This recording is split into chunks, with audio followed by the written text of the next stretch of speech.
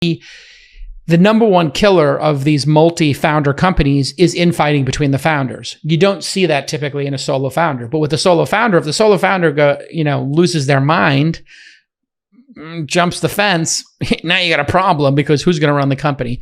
So I don't over-optimize for this. I think it's stupid to over-optimize for it. I'm not saying Paul Graham's stupid for doing it. He had a reason to do it. It was like a mechanical, technical reason, and he was doing 100 startups. It makes total sense there. What I'm trying to say here is, there's so many more important things to think about with a startup. How good is the idea? How good is the execution of that idea? In other words, how good is the product? How much do the customers love that product? Will the customers be absolutely distraught if the product goes away? Like, if Tesla went away tomorrow, I don't know what car I'd drive. I'd go back to driving a Corvette. I mean, I would be heartbroken if I couldn't drive my Tesla, right? And a lot of people feel that way about their iPhones or their Uber or their Postmates or their Airbnb. Like, that's how good the product has to be. So focus on that. I don't care. You want to be one. The only problem I do have is when there's like 5. Because then who's in charge and then how much equity's left? So then that becomes a math problem.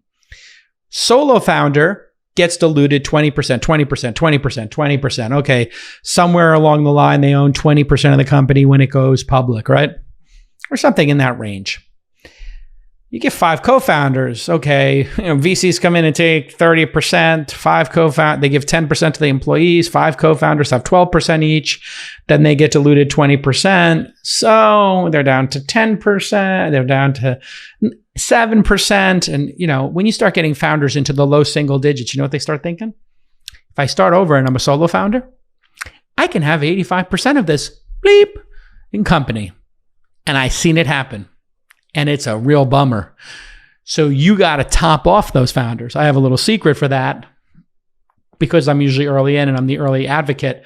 I'll just say to the later stage founders, the later stage investors, listen, this founder is at, I don't know, in one case it was like, 11%. I'm like, this kid's killing himself. He's got 11% of the company. The company had to raise money. It was a pretty hard situation. He doesn't have a co-founder, but I want to give this founder 5 points over 5 years. People were like, oh my Lord. I'm like, well, he's almost fully vested. You want to run the company? And we'll put the 5 points and we'll tie it to something like performance or whatever. And I got everybody to do it. Then I was in another situation, happened to be a female founder. She was down below 20%. I think it wasn't as acute as the 10% situation. I think she was at like 15. She wants to do the top off. She says, I want 10% more. I want on 25%. She had just taken a couple $1 million. I'm blurring some of the details here so it's not identifiable.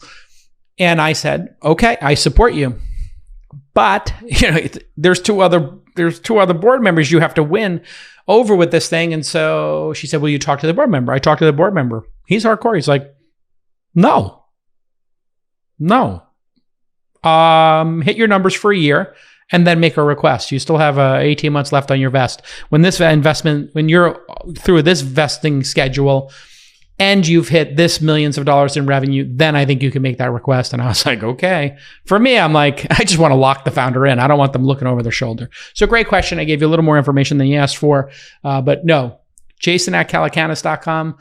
Doesn't care if you're solo or 2 or 3. And my point about the Raul story is, lo and behold, he started another company called Superhuman. There are other partners there, but he's running the show basically.